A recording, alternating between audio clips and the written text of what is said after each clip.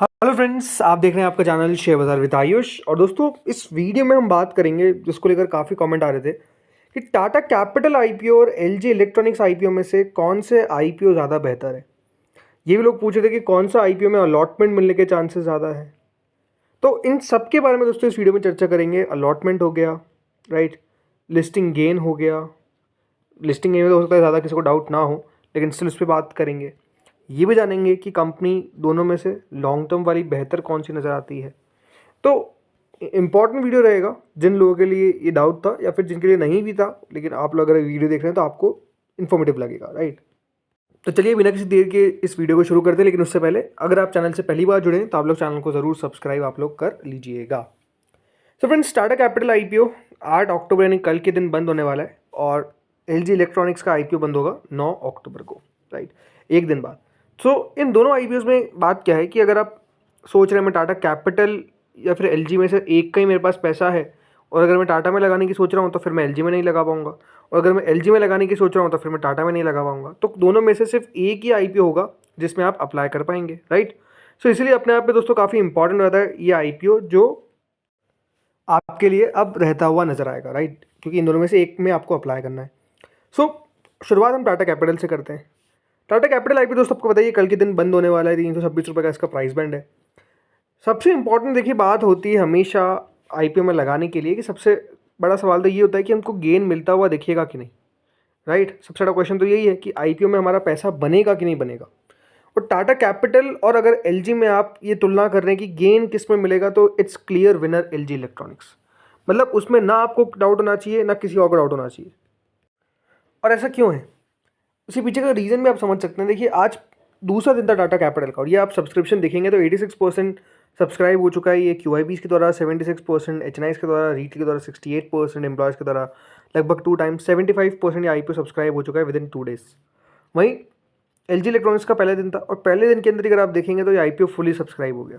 ये आप कह सकते हैं कि टाटा कैपिटल का आईपीओ ऑलमोस्ट 16,000 करोड़ का है और एलजी का आईपीओ लगभग 12,000 करोड़ का है, 11,600 करोड़ का, और ये 15,600 करोड़ के आसपास। तो बात क्या है कि आईपीओ का साइज़ अपने आप में आप कह सकते हैं कि ये छोटा आईपीओ, उसके सामने एलजी और टाटा डेफिनेटली बड़ा है। लेकिन बात क्या है कि देखिए अगर आप पर्सपेक्टिव ये लेके चलते कि मुझे पैसा बनाना है, जैसे मैंने कहा, राइट, कि मुझे गेन चाहिए आईपीओ में, तो इसमें आपको कोई डाउट नहीं होना चाहिए कि एलजी इलेक्ट्रॉनिक्स जो है वो वैल्यू वाइज भी, सेक्टर वाइज भी, और आप कह सकते हैं ट्रेंड वाइज भी, इन दोनों में से एलजी आगे निकल कर आता है। क्यों है? क्योंकि इसके पीछे का रीज़न क्लियर बताया कि सबसे बड़ी बात तो होती है वैल्यूएशन, राइट। अगर आप वैल्यूएशन देखेंगे तो टाटा कैपिटल की वैल्यूएशन आप कह सकते हैं कि ऐसा नहीं कि एक्सपेंसिव है, लेकिन बात क्या है ना कि इस सेक्टर में अपने आप में अभी उतना कुछ खास मज़ा नहीं आ रहा है। इसकी अगर आप इस सेक्टर की लिस्टेड कंपनीज़ को भी देखेंगे, जिस तरीके से दोस्तों हमको पैसा बनता हुआ देखने को मिला है पास्ट में, बट अगर आप रिसेंट के रिटर्न्स देखेंगे तो वो भी उतने खास नहीं है। दूसरी बात, जो recently listed companies like HDB finance, हुआ क्या उसके साथ? उसके बाद आपने ये देखा कि लिस्टिंग पे तो ज़रूर 10% ऊपर खुल गया, बट लिस्टिंग के बाद का जो हाल हमको देखने को मिला है वो अपने आप में ख़राब ही है। अभी दोस्तों जो शेयर है वो अपनी इशू प्राइस के पास ट्रेड कर रहा है। टाटा कैपिटल और एचडीबी फाइनेंस को मैं एग्जैक्ट नहीं कह रहा कि बिल्कुल सेम टू सेम ही है, नहीं, लेकिन उसके बावजूद भी इस सेक्टर में अपने आप में प्रॉब्लम है। दूसरी बात, टाटा कैपिटल में दिक्कत क्या है? टाटा कैपिटल में दिक्कत ये है दोस्तों कि कंपनी का जो मर्जर होता हुआ देखने को मिला टाटा मोटर्स फाइनेंस के द्वारा साथ, राइट, हुआ क्या है उससे कि जो कंपनी का ओवरऑल आप कह सकते हैं बैलेंस शीट है, जो कंपनी का सबसे इंपॉर्टेंट होता है, इसमें एसेट का रेशियो, वो सारी चीज़ें जो है वो दोस्तों आपको थोड़ी सी डिटोरिएट होती हुई नजर आई है, ख़राब होती हुई नजर आई है। बिकॉज उसका जो असर है, टाटा मोटर्स फाइनेंस जो इसके साथ मर्ज हुआ, उसका जो असर है वो दोस्तों टाटा कैपिटल की बैलेंस शीट पे ही पड़ता हुआ नजर आ गया। तो आप समझ सकते हैं कि उसका प्रॉब्लम कंपनी के ऊपर नजर आ गया। सो ये अगर नहीं होता मर्जर तो अपने आप में आप मान के चलिए कि टाटा कैपिटल बढ़िया करता, क्योंकि आप टाटा कैपिटल की बात करते हैं। अब दूसरा पॉइंट है प्राइसिंग, राइट, कि कौन सा प्राइस सस्ता है। सो जैसे मैंने कहा, प्राइसिंग के हिसाब से आप ये नहीं कह सकते कि टाटा कैपिटल बहुत महंगा आता हुआ देखने को मिला है, बल्कि कंपनी 326 रुपये पे अपना इशू का प्राइस बैंड लेकर आई है। ये बात ध्यान रखिएगा, कंपनी ने एक राइट इशू किया था, टाटा कैपिटल ने एक राइट इशू किया था, और वो जो राइट इशू है उससे भी 5% के डिस्काउंट पे कंपनी अपना आईपीओ लेकर आई है 326 पे।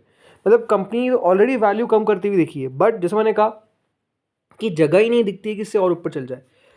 अब जगह नहीं दिखती तो फिर अगर मैं बात करता हूँ एलजी की, तो क्या यहाँ पे जगह दिखती है? तो आंसर इज यस। एलजी दोस्तों अपना आईपीओ लेकर आया है 35 की प्राइस टू अर्निंग पे, 35 टाइम्स पे कंपनी अपना आईपीओ लेकर आई है।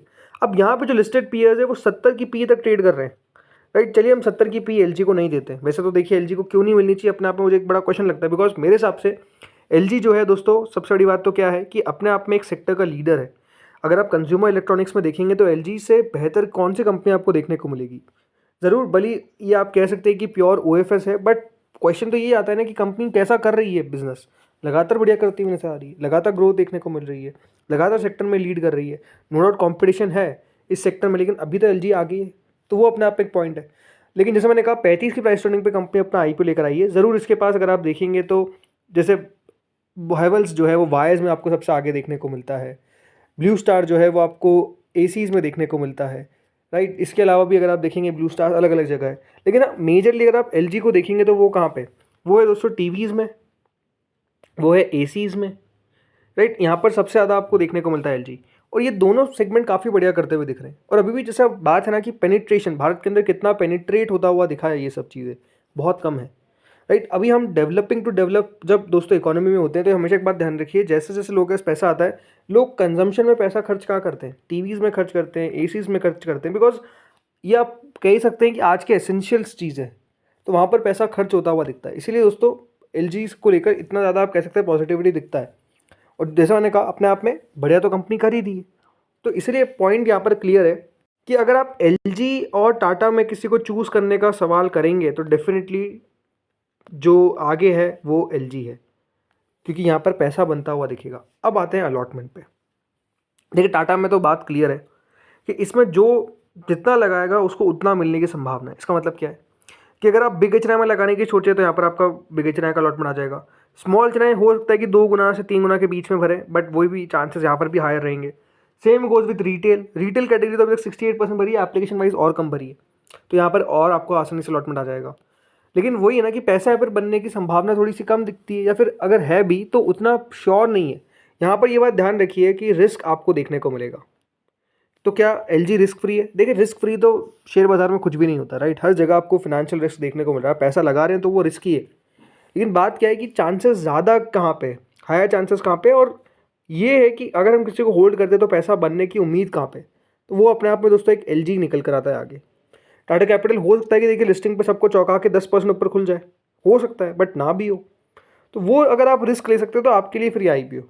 और जो जिसको रिस्क कम लेना है, रिस्क फ्री में नहीं कहूँगा, रिस्क कम लेना है, उनके लिए एलजी हो सकता है कि एक बेटर ऑप्शन हो।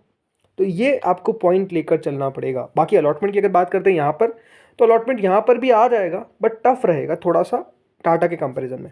जैसे कि रिटेल कैटेगरी अभी तक 82% भरी है, लगभग जो एप्लीकेशन वाइज पैसा हमको आता हुआ देखने को मिला है वो 50% के आसपास है। या मान के चलिए कल कि ये 1 टाइम्स तो हो ही जाएगा। मेरे हिसाब से रिटेल जो है वो लगभग 2 से 3 गुना सब्सक्राइब होता हुआ दिखेगा, यानी हर 2 या फिर 3 में से एक को अलॉटमेंट लग जाएगा।